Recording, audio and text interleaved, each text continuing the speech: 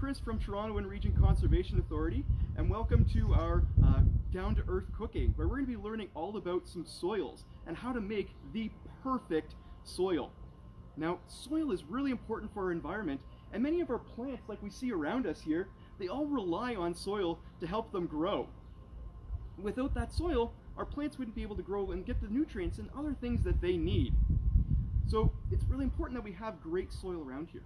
Now, to make soil, it takes a wide range of different ingredients. We need all sorts of different things to make that perfect soil.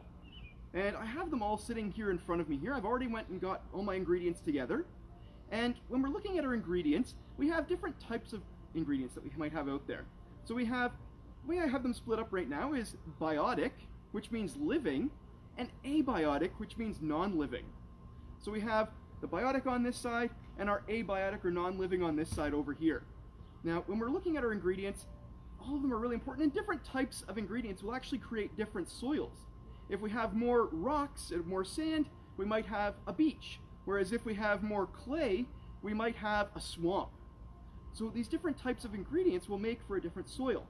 Now today we're going to be making what's called a loamy soil. A loamy soil. Now loam is one of the perfect soils for growing some of our plants. And when we're doing this, we're going to take a whole bunch of these different ingredients and mix them in the perfect amount. Now when we're starting, we're going to start off with our rocks that we have here. Now we have all sorts of different rocks, lots of different sizes. We don't want them too big because then it's just going to be a giant boulder. We don't want them too small as little tiny pebbles. So we got the perfect size rock over here. So I'm going to dump these in my soil container. Perfect. Now next up, we're going to be adding in our soil particles. Now soil particles come in 3 different sizes. We have large, medium, and small. Now the large soil particles are sand, and they're actually so big that they let water kind of slide right through them. It makes it easier for the water to pass through and stops that soil from getting waterlogged. So just like a beach, all of that water kind of just sort of flows right out and passes through. But of course, too much sand and we're not going to be able to grow things. So we'll add in a bunch of our sand into here, and then we will mix it up a bit. Okay, perfect. So that's our first soil particle that we've added. Next, we're going to go with our medium soil particle, which is called silt. So silt, like I said, is that medium sort of size. It's not too big, not too small. It's just the right amount. So it will allow some water to pass through, but we'll still hold on to some water as well. So we're going to add in our silt in here. Okay, get the rest out. Perfect. A little shake. Okay, so you can see our soil starting to take a bit of form. The last soil particle that we're going to be adding in is clay. Now clay is very, very, very small. It's so small that it really holds water and stops it from flowing through. So again, too much clay, we're going to have a swamp, not that nice loamy soil that we're looking for. But too little clay, and it's going to be hard for our plants to grow. So we'll add in some clay here. Ooh. So as you can see, it gets very dusty because the clay is so light it can get picked up by the wind very easily. So we'll mix up that clay into our soil. Okay, perfect. We're getting some great soil going on here. Now, next thing we're going to add in is some air. So I forgot to add my air into my container. Okay, so I'm going to need the audience to help me out here. I'm going to need all of you to take a really, really, really big breath, and we're going to blow and try and fill up this container of air. So ready on the count of 3. 1, 2, 3. Oh, jeez. Got to make sure the air doesn't escape. That was a great job, everyone, filling up our container with air. So we're going to pour this air into our soil bin here. Got to get the rest out of there. Okay, perfect. So we've added in our air into our container. We'll mix up that air inside of here. Now the air is just going to give our soil some of those spaces to maybe let those plants' roots move through, which is really important because if the soil's too compact or too squished together, or the roots of our plants can't make it through. It'd be like trying to grow through rock. It's very hard for things to grow. Okay, so the last of our abiotic ingredients that we're adding is water. So water, again, is very important for all of our plants around us to grow. They need that water and they'll drink it up almost like with a great big straw through their roots. But that water will also help our soil with forming. It'll break down rocks into smaller and smaller pieces. It'll kind of mix up all of our soil types and soil particles, as well as our living organisms as well. So we'll add some water in here. Okay. So we've added in our water into our soil. We'll mix it up again.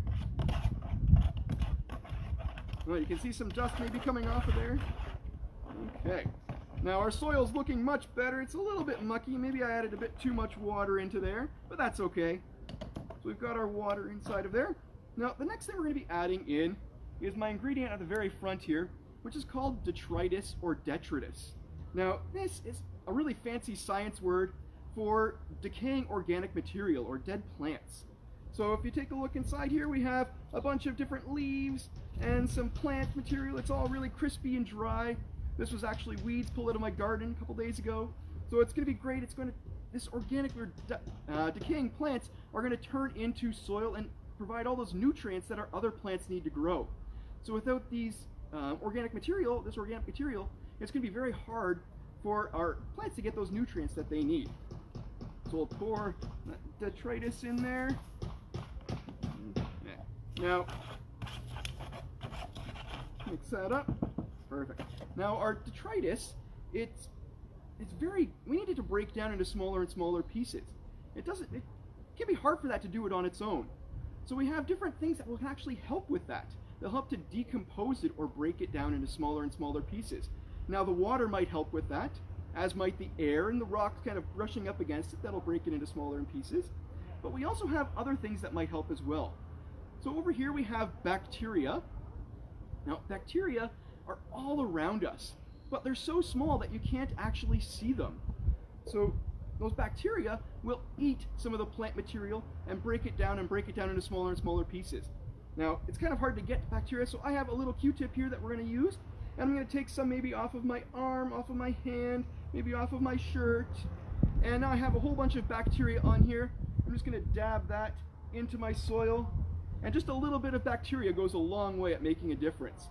Because there's even just that little amount that I added there was probably thousands or even tens of thousands, maybe hundreds of thousands of bacteria were just added into our soil. So just a little bit can make a huge impact on our environment. So we have our bacteria, we have our detritus, we have all of our kind of abiotic materials added in there. It's looking pretty good.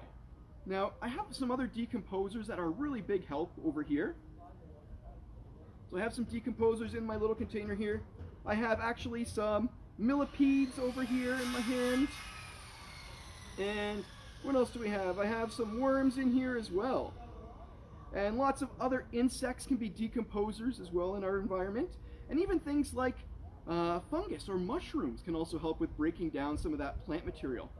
And what they're actually turning it into is called humus. And humus is just another fancy science word for decayed organic material. So we're going to add in our decomposers into our soil. Okay. So we've added those in. I'm going to be very careful so I don't hurt my wormy friends or my insect friends that are in there. Okay. So my soil's looking pretty good.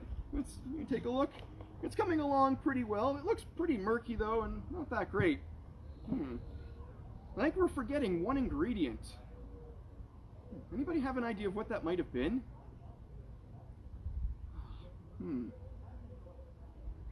It's going to take us a little while here.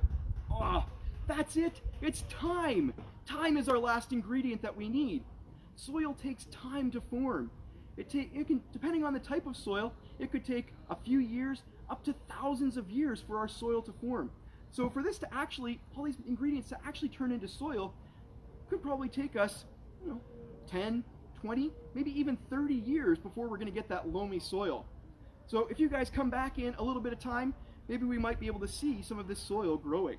And maybe some plants will start to grow inside of here, and we'll start to be able to provide that nutrients in those environment for all the rest of our environment, everything else around us to grow. Okay, so that's all the ingredients that kind of go into making that loamy soil. Now if we wanted to make a swamp, we might have added maybe a little bit more clay, maybe some more silt, and definitely a lot more of that decayed organic material. So a swamp might be a lot of that organic material and the clay that'll hold all of that water and moisture together. Of course, if we want a beach, we would definitely be going with a lot more sand but then that makes it a lot harder for some of our other plants to grow. And of course, some plants do prefer beach environments or sand dune environments, while some also prefer those swampy places. So different types of soil will provide for all sorts of different types of organisms. And of course, all of those plants might help as well with making our soil better. So as they're growing, their roots can move inside of there, and they'll hold that soil in place and stop it from kind of spreading out or washing away or eroding and disappearing. So those plants around us are even a great part of our environment and part of that soil as well. Okay, so yeah, we just want to make sure that our soil is really important. And the one thing I want to make sure everybody knows is throughout this whole thing, I've been calling it soil and not dirt. Now, I don't like the word dirt. It's almost like calling soil a bad name. So I like to call it soil, not dirt. Dirt's the stuff that comes on your shoes when you come inside from playing outside and your parents get mad at you. That's dirt. Soil's the stuff that our plants are growing in. And yeah, so it's amazing because without that, we wouldn't have all of the things that we need to survive. I wouldn't have the tomatoes that I like to eat. I wouldn't have the bread to make my sandwich. And I wouldn't maybe have the cucumbers or all these other amazing fruits and vegetables that we need to survive, as well as all of our animals around us that might need to survive as well. So I'm going to come on over and I'll answer a couple questions for people that might have them.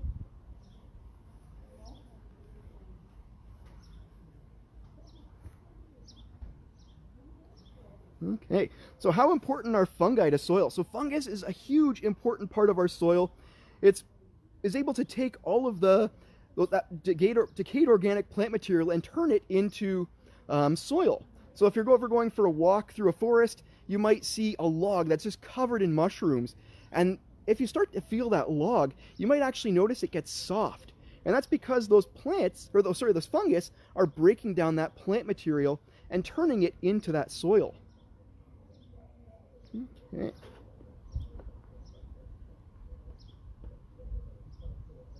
Yeah, so earthworms actually aren't native to here. We do have some native worms, but yeah, those earthworms that you might see in your gardens actually came over from Europe when people came over.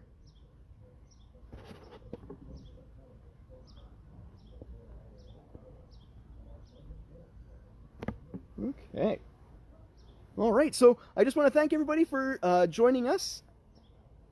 So thank you everybody for taking part and joining us on our Down to Earth cooking show, and we hope to see you again soon. Have a great day, and we'll talk to you later. Bye.